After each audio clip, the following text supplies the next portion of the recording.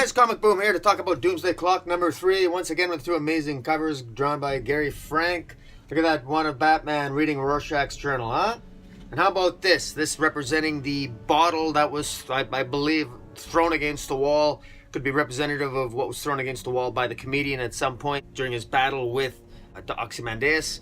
Could also be representative of one of the fight scenes in here where the mime and the marionette fight a bunch of henchmen in the Joker's lair. So, once again, great symbolism with Doomsday Clock number 3, and so many questions that one can be asked. The questions that are really whet the appetite in Doomsday number 3 that really build on the mystery is: to what extent has Dr. Manhattan manipulated the timeline, manipulated the timelines? To what extent was he involved with Flashpoint, with the original Crisis on Infinite Earths? To what extent was Dr. Manhattan involved in the creation of the New 52 and the coming back of Rebirth? Was Dr. Manhattan responsible for the destruction of the Justice Society from the timeline? How is Dr. Thunder involved? Why can't he remember? Why can't he access the lightning and bring back the Justice Society? Wally West was able to come back in Rebirth. Why can't Mr. Thunder, the 90-year-old man that we see in Doomsday Clock number 3 and that we saw in Rebirth, why can't he seem to come back and access the Justice Society? Where is the Justice Society? And what does Dr. Manhattan have to do with anything? Also teases in Doomsday Clock number 3 is what happened to Sgt Rock. Sgt Rock was apparently killed at some point at the end of World War II in what was deemed to be a conspiracy. Also, could Dr. Manhattan be an actor who, by the name of Carver Coleman, who in the DC universe was a famous actor who played in a series of movies starring Nathaniel Dusk, private investigator, a famous series of movies from the 1930s and 40s. Nathaniel Dusk, for those you don't know, was actually a DC comic book series back in the 80s about a private detective. Jeff Johns has incorporated him. Was Carver Coleman in fact Dr. Manhattan trying to hide out in the DC universe in the 1930s and mid-1940s?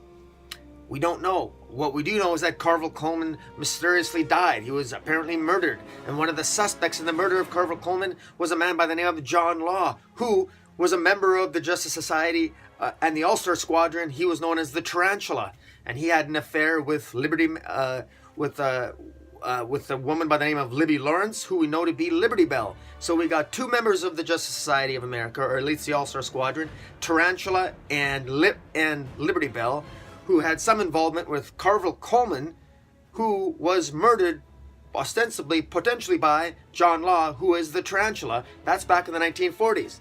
If Carver Coleman was Dr. Manhattan and he killed himself off to hide himself, could that be one of the motivations he had to destroy the Justice Society or prevent the world from remembering the Justice Society? Because the only person that seems to remember the Justice Society is Johnny Thunder, who is now a 90-year-old man living in an old folks' home in the modern-day DC universe. Wow. And that's all you get from inferring, just from the inference from issues 1, 2, and 3, and maybe a little dabs of the Rebirth one-shot. Guys, this series is really picking up. It's really, really picking up. Now, in addition to that, now I'm basically cutting right to the chase because I don't want to spend 50 minutes talking about this issue because I could, but that's just the questions that are whetting the appetite. What happens in this issue is Rorschach finally meets Batman. Batman meets him in the Batcave. This is after Rorschach has eaten all the pancakes.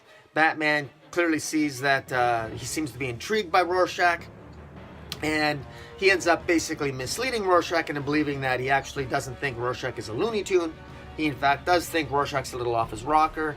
Batman takes his time. He reads Rorschach's journal, and meanwhile, Rorschach gets some much-needed sleep. Alfred and Bruce Wayne let him sleep in Wayne Manor, and he sleeps for a full 24 hours. He's very, very tired. Clearly, the adventures that Rorschach had with Ozymandias and the Mime and Marionette getting to the DC universe from the Watchmen universe in the previous issues has taken its toll on Rorschach. He sleeps for 24 hours. He wakes up. Batman tells him he's read Rorschach's diary, journal, and that he knows where Dr. Manhattan is, and he's located Dr. Manhattan in a place called Arkham Asylum. And so Rorschach's very excited, so they go to Arkham Asylum, and Batman manipulates him into one of the rooms, and of course it's all a trick, and Batman thinks Rorschach is crazy and just locks him up. And so clearly Batman doesn't appear to be taking the journal particularly seriously, at least not at the end of this issue. In the meantime, the Marionette and the Mime have been taken off, and they're, if you recall last issue, they basically escaped last issue.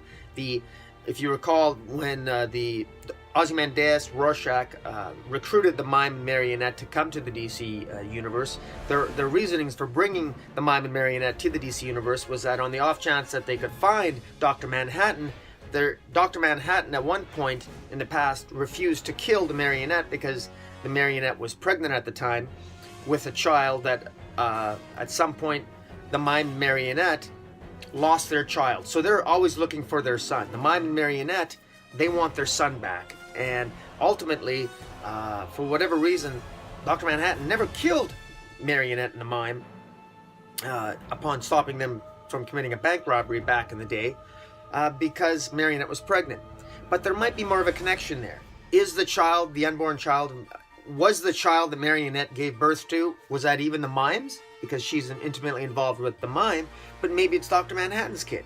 What's the significance of the Mime and Marionette's child? We don't know, but we do know that Dr. Manhattan never killed Marionette. So now with the Mime and Marionette in the DC universe, looking for Dr. Manhattan, what do they find? Well, they take off in Gotham City and they end up in Joker's bar. They end up in a Joker's hideout. They don't know it's the Joker's hideout, but they end up in a bar. They want to have a drink, and it ends up that they end up wiping out all the individuals in this establishment, which is where all of Joker's henchmen hang out, and then in an amazing sequence of the use of that 9-panel grid, Gary Frank does an amazing job showing the true power of the Mime. And because it wasn't really shown before, but apparently whatever the Mime can imagine comes into existence. That was hinted at last issue when he imagined having a pick, and they picked their locks and got out of their handcuffs and escaped being held within the owl ship by Ozymandias and Rorschach, who are off trying to with Ozymandias off talking to Lex Luthor, and with Rorschach trying to infiltrate Wayne Manor. But in any event, here they are, they've escaped, and the Mime is using all his powers to imagine a gun and a knife and just killing people, and you really get a sense of just how powerful the Mime and Marionette are. Amazingly powerful duo. And it really ends with them basically saying that they want to check out this Joker fella. They want to find this Joker person. And so that's going to be very interesting where that goes. In the meantime, just more mystery. We have Johnny Thunder staring out the window, this 90-year-old man thinking about the Justice Society, wondering why he can't. He tries to call in the thunder. He tries to call in the thunder to get his powers back, but he can't seem to access it. He doesn't know why.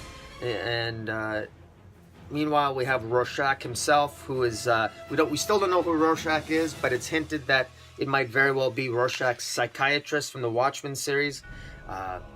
Got to remember that Dr. Manhattan vaporized Rorschach at the end of Watchmen, and it might be that Dr. Manhattan, because Dr. Manhattan vaporized and completely atomized Rorschach, that maybe he can't recreate him again. Maybe what Dr. Manhattan kills, he can't simply just resurrect again, because Dr. Manhattan did in fact rescue the comedian. And that explains why the comedian showed up last issue to fight Ozymandias. It was revealed that that famous fight scene that resulted in the comedian's death, that set off the Watchmen story and led to the entire mystery that made up the Watchmen 12-issue series, that in fact the comedian was rescued from death at the last minute by Dr. Manhattan. For whatever purpose, we're not really sure. But it's quite clear that Dr. Manhattan is using comedian now to try to take out Ozymandias. For whatever reason, it would appear that Dr. Manhattan does not want to be found, and he does not want Ozymandias to find him, and he's using the comedian to do so. Again, why, we're not really sure, but there's all kinds of very interesting questions that are arising here. Guys, I'm going to do a separate video on a theory that I have in terms of where all this is going, but for now, just for this purpose, I just want to say that for Doomsday Clock number 3, the mystery continues. There's all the right questions are sort of being asked.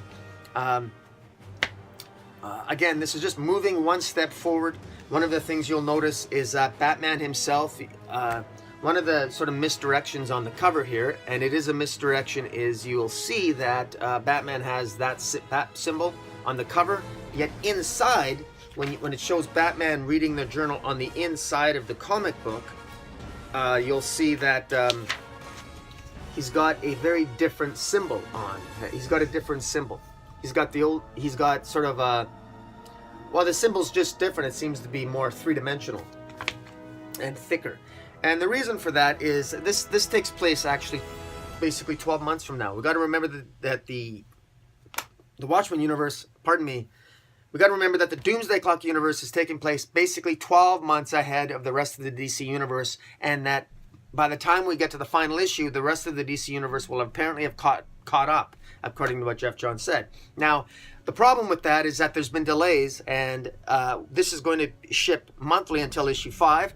So for the next 2 months, we will get 2 more issues of Doomsday Clock, but then it's going to go bi-monthly, that once every 2 months. So it's not going to be until July of 2019.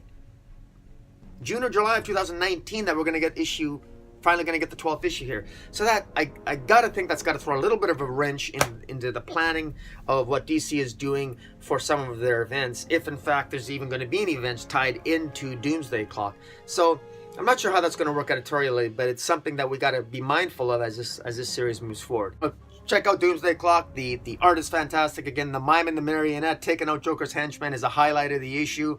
More teasing in terms of what may have happened with the Justice Society. It's teased in the article at the back and throughout the story that Dr. Manhattan took out the Justice Society, that he may have been Carver Coleman, someone who may or may not have been killed by the Tarantula, along with Liberty Bell, who were members of the All-Star Squadron.